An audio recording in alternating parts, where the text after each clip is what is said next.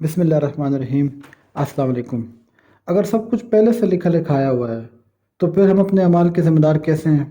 پھر اعمال کی سزا اور جزا کیسی ہے؟ پھر جنت اور دوزخ کا کیا تصور ہے؟ اگر سب کچھ پہلے سے لکھ دیا ہے کہ میں نے آج اتنے بجے یہ کام کرنا ہے، 1 گھنٹے بعد میں نے کسی کو تھپڑ مارنا ہے، اس ٹائم میں نے نماز پڑھنی ہے، یہ میں نے برائی کرنی ہے، یہ میں نے نیکی کرنی ہے، یہ سب کچھ پہلے سے لکھا لکھایا ہوا ہے۔ فار ایگزامپل، اگر یہ پہلے سے لکھ دیا گیا ہے اور یہ پہلے سے اللہ کے ہاں چھپا چھپایا ہوا ہے، یہ پہلے سے شیڈیول ہے، تو پھر میرے عمل کا فائدہ کیا ہے؟ دیکھیں، عام طور سے لوگوں کی یہ مسکنسیپشن ہے۔ لوگ تقدیر کو یہ سمجھتے ہیں کہ اللہ رب العالمین نے پہلے سے ہمارا سب کچھ لکھ دیا ہے کہ یہ انسان پیدا ہوگا اور اس نے یہ نیکیاں کرنی ہے یا یہ برائیاں کرنی ہے، اور اسی طرح سے وہ کرے گا، اور وہ اسی کو فورس ہے، اور یہ کر کے یا وہ دوزخ جائے گا یا جنت جائے گا۔ یہ ہماری مسکنسیپشن ہے۔ تقدیر اسے نہیں کہتے۔ دیکھیں، تقدیر کے لیے عربی میں ایک لفظ استعمال ہوتا ہے، علم اللہ سابق، اللہ کا علم جو اسے پہلے سے حاصل ہے۔ یعنی اللہ کو یہ پتہ ہے کہ کل صبح میں نے اپنی مرضی سے، اپنے ارادے سے، اپنی آزادی فکر سے، اپنے آزادی عمل سے میں نے کل صبح 8 بجے کیا کرنا ہے۔ اللہ کو یہ پتہ ہے، مجھے نہیں پتہ، لیکن اللہ رب العالمین کو پہلے سے یہ علم ہے۔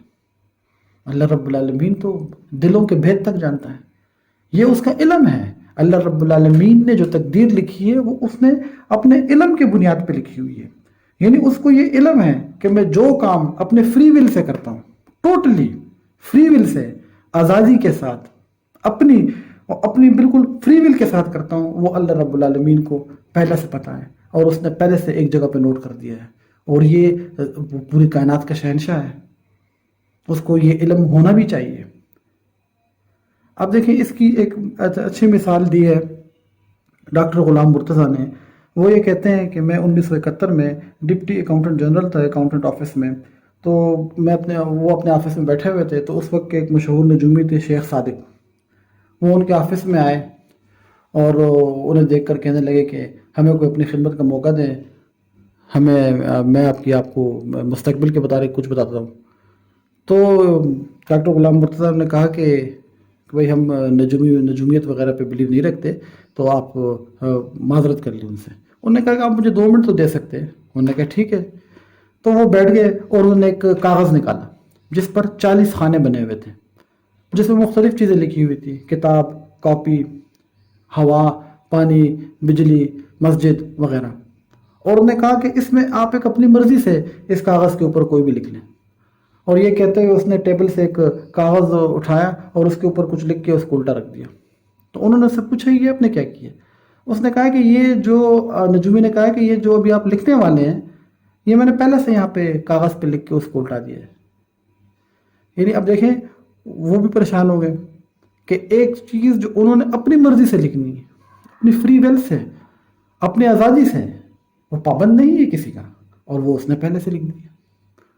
تو اس کی بھی کوشش تھی کہ کوئی ایسا لفظ لکھا جائے کہ وہ اس میں نہ لکھا ہو کاغذ کے اوپر۔ بار انہوں نے آخر ایک لفظ لکھ دیا۔ جب انہوں نے لکھ دیا تو اس نجومی نے اس کاغذ کو پلٹایا تو وہ وہی ورڈ لکھا ہوا تھا جو انہوں نے اپنی فری ول سے لکھا تھا۔ تو دیکھیں، اب انہوں نے ایک لفظ لکھا اپنی فری ول کے ساتھ، اپنی آزادی فکر کے ساتھ، اپنی آزادی عمل کے ساتھ، لیکن وہ اس شخص کو پہلے سے پتہ تھا۔ اب یہ پتہ نہیں کہ اس کا وہ کوئی علم تھا یا کوئی فن تھا اس کے پاس یا تک بازی تھی، جو بھی تھا، لیکن دیکھیں سوچنے کی بات یہ ہے کہ وہ ایک انسان ہے، ایک محدود علم کا انسان ہے، اور اس کو یہ پہلے سے ایڈوانس میں پتہ ہے کہ یہ جو سامنے شخص بیٹھا ہوا ہے، یہ اپنی فری ول سے جو لکھنے والا ہے، کرنے والا ہے، جو نام سلیکٹ کرنے والا ہے، وہ اس نے پہلے سے لکھا ہوا ہے۔ تو کہ اللہ رب العالمین جو اس کائنات کا شہنشاہ ہے، جو اس پوری کائنات کا کریٹر ہے، ہماری ہر چیز کا کریٹر ہے، ہمارے پاس جو ہوا، پانی، جو جتنے وسائل، جتنی انرجی، سب کا وہ کریٹر ہے، تو کیا اس کو پتہ نہیں ہوگا؟ کیا اس کے علم میں نہیں ہوگا؟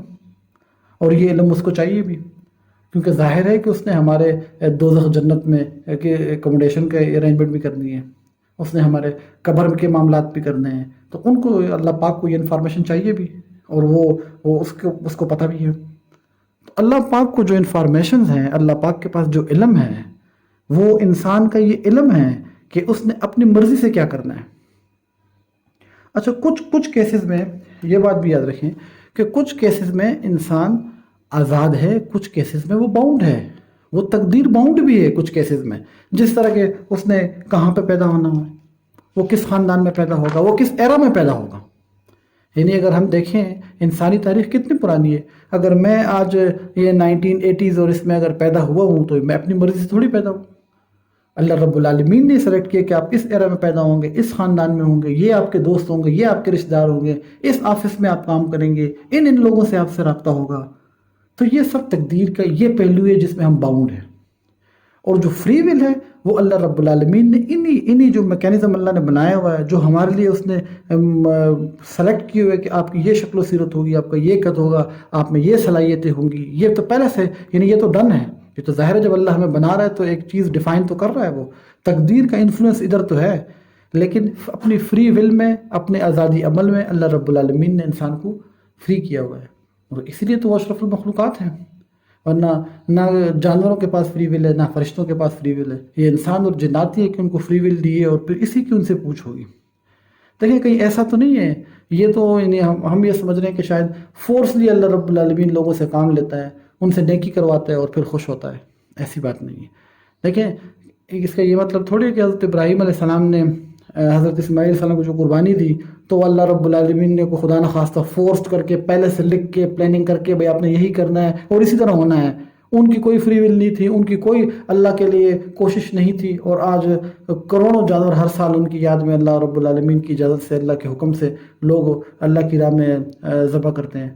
تو ظاہر ہے اللہ رب العالمین جو اتنا خوش ہوا اور اس کے اس عمل کو جو اتنا سراہا کہ پوری دنیا میں ہر سال ان کی یاد منائی جاتی ہے، کروڑوں جانور اللہ کی راہ میں قربان کیے جاتے ہیں. تو ظاہر ہے کہ اس کا کوئی اپنی فری ول تھی، کوئی آزادی عمل تھا جو اللہ رب العالمین کو پسند آئے. اچھا، اب اس میں ایک کویسچن، سیکنڈری کویسچن یہ بھی ہو سکتا ہے کہ اگر اللہ رب العالمین کو پہلے سے پتہ ہے کہ اس شخص نے جنت جانا ہے، اس شخص نے دوزخ جانا ہے، تو وہ اپنے علم کی بنیاد پر ایسے ہی بھیج سکتا تھا. اس دنیا میں لانے کی ضرورت ہی نہیں تھی کہ وہ ایکشن کرتا یا عمل کرتا، کیونکہ اللہ کے پاس تو پہلے سے انفارمیشن لکھی ہوئی ہے. دیکھیں اگر اللہ محض اپنے علم کی بنیاد پر، اگر محض اللہ اپنے علم کی بنیاد پر لوگوں کو دوزخ اور جنت بھیجنا شروع کر دے تو دوزخ والوں کو تو شاید کوئی اعتراض نہ ہو، جنت والوں کو، جانے والوں کو تو کوئی اعتراض نہ ہو.